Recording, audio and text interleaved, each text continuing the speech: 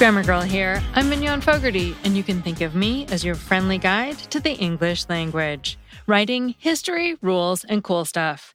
Today, we'll talk about how to make family names like Jones and Bellman plural. And we'll look at why we sometimes ask how come instead of why. But first, I want to remind you about my Better Writing video course at LinkedIn Learning. It's 17 short videos on basic writing topics like active voice, commas, and bulleted lists. The feedback has been great, and there's a good chance you'll be able to get it free through your university or county library, your corporate LinkedIn account, or if you're a U.S. veteran. So check it out. That's Grammar Girl's Quick and Dirty Tips for Better Writing at LinkedIn Learning and lynda.com. Spending time with family is a big part of the holidays, and thinking about family reminded me of a few tricky little quirks of family names and family words that can confuse people. So today I'll tell you how to make family names plural, even those that end in X, Y, and Z, how to refer to more than one brother or sister-in-law, and how to formally address more than one man and more than one woman. First, let's figure out how to make family names plural. Family names are like brand names. You don't change the base spelling. For example, you make blackberry the fruit plural by changing the Y to IES, BERRIES. But you make blackberry the phone plural by simply adding an S to the end, BERRYS. And it's the same with names. Kennedy becomes the Kennedys, and Disney becomes the Disneys, both with just a YS at the end. A newsletter subscriber named Julie asked if she should make the last name Bellman plural by making it Bellmen, and the answer is no. Something like Bellman becomes the Bellmans. It's a name, so you still just add S to the end.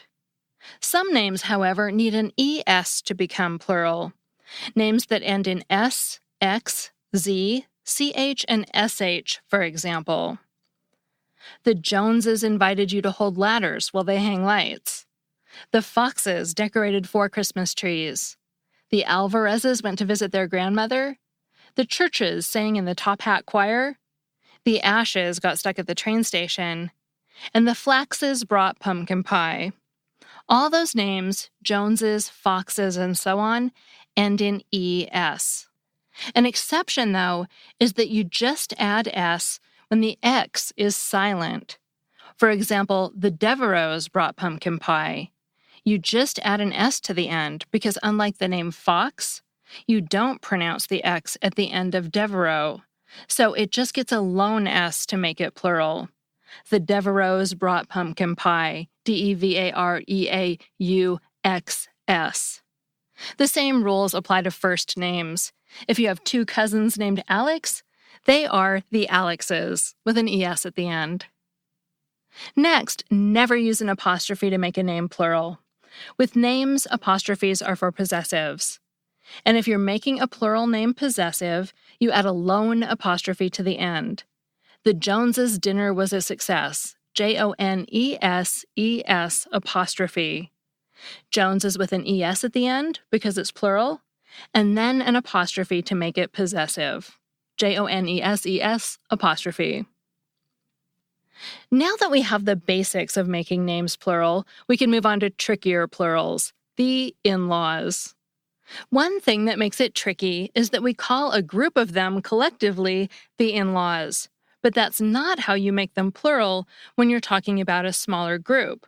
For example, if sister-in-law 1 and sister-in-law 2 are in the kitchen, you can safely gossip about those 2 sisters-in-law while you're in the living room. They'll never hear you over the music. And if you caught that, you make in-law compounds plural by making the noun part plural, since the women are primarily your sisters, and the in-law part just further describes what kind of sisters they are. The same holds true for other in-laws. They are your brothers-in-law, your fathers-in-law, and your mothers-in-law. The fact that we refer to them all as in-laws is just shorthand. Dictionaries call it back formation. Now onto the plural of Mr. Another newsletter subscriber named Tom asked me to comment on the use of Messrs, Messrs, which is the odd plural of Mr. It's an abbreviation for the French word messieurs, and for some reason I've never been able to find, we use that instead of Misters. I suspect it's because the abbreviation for Misters would be MRS, which looks like the title for a married woman. The plural of Mrs. MRS is MMES, short for Mesdames, and the plural of Miss is Mrs., MISSES. The plural of Ms. is less clear. It originated in the 1950s, and various sources report that the plural can be MSES, MSS, or MMES. If the need to make Ms. plural arises, pick the form you like and be consistent. In American English, a period is required after the abbreviations. But in British English, no punctuation is required. They don't put periods after those kinds of abbreviations. Tom also asked whether he should reserve Messrs for men with the same last name, or whether it's acceptable to use for any two men. Either is fine. It can be used to refer to two male family members with the same last name, as in Messrs Smith have arrived covered in mud, or to refer to two unrelated men, as in Messrs Bartleby and James should liven up the party. My impression is that Messrs is used more often in Britain than in the United States, but it's not common in either region. And with that, I wish you more mud than gossip at your holiday gatherings. Today's show is sponsored by Teach for America. You won't be surprised to hear that I believe in the power of education. We should all have the opportunity to learn from dedicated, passionate teachers who break things down in clear, comprehensible language. But I know that today, many students suffer because they don't have access to a great education.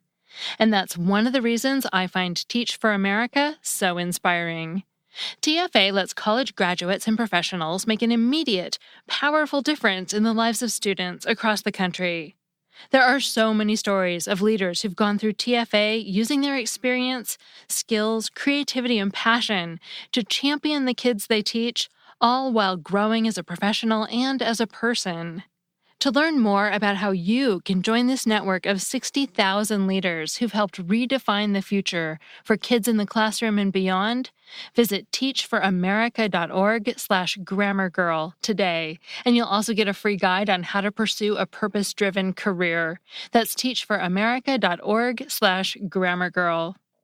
This episode is also brought to you by Hallmark Cards. The holidays can get a little hectic.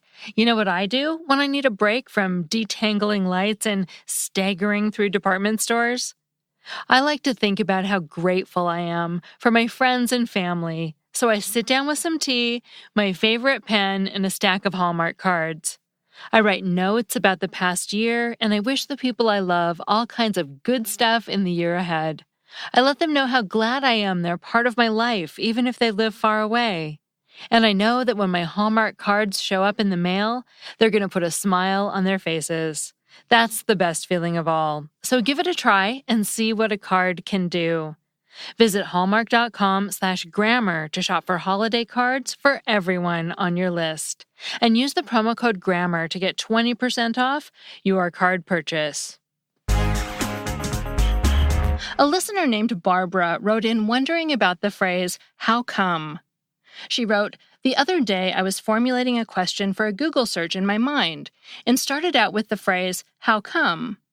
I then quickly realized that I should probably use the word 'why' instead.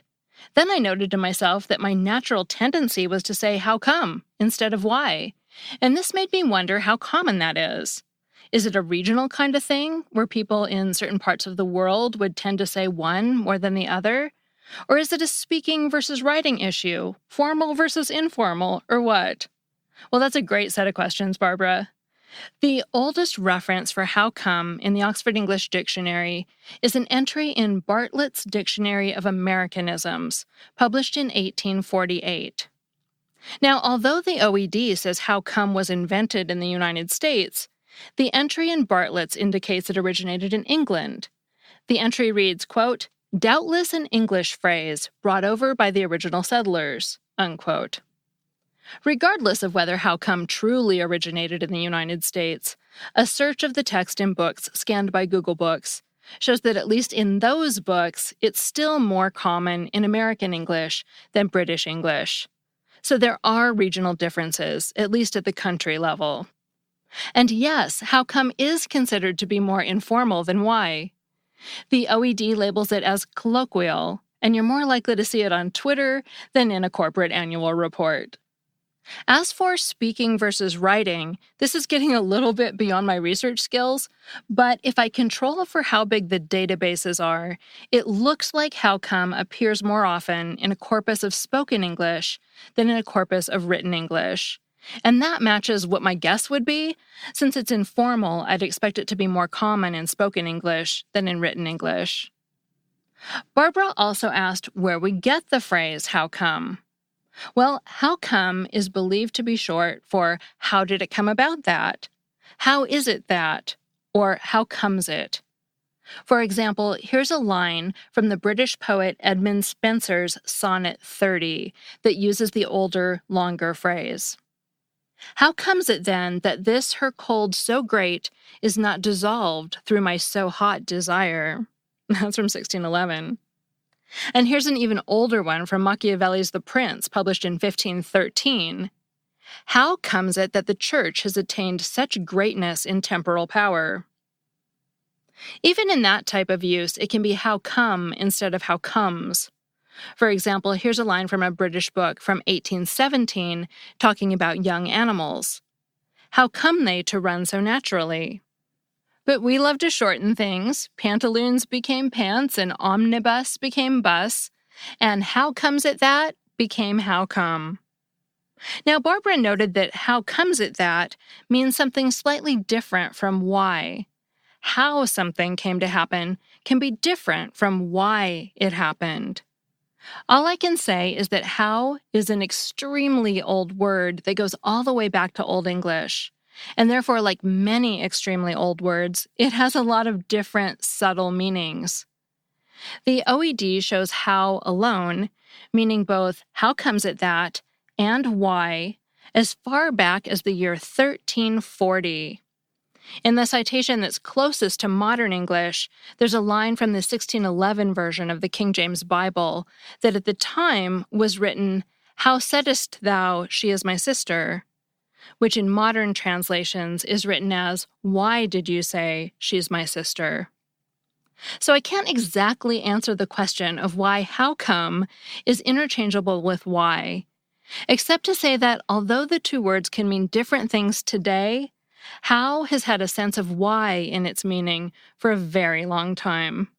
Thanks for the questions, Barbara.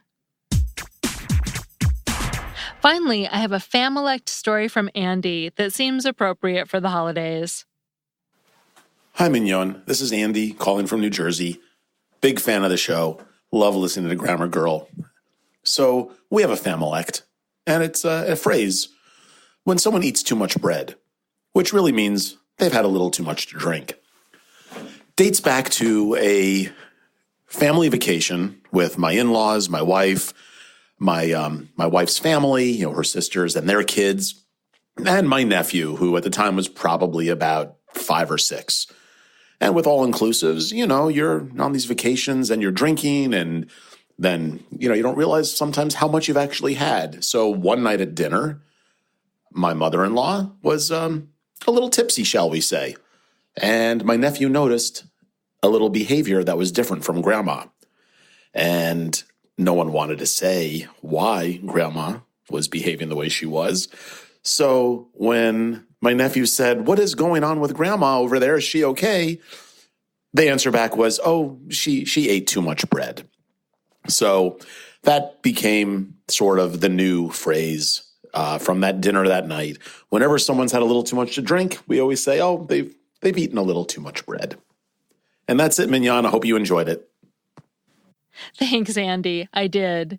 If you want to share your family dialect story, the story of a word your family and only your family uses, leave a voicemail at 83321-4GIRL, and you might hear it on the show.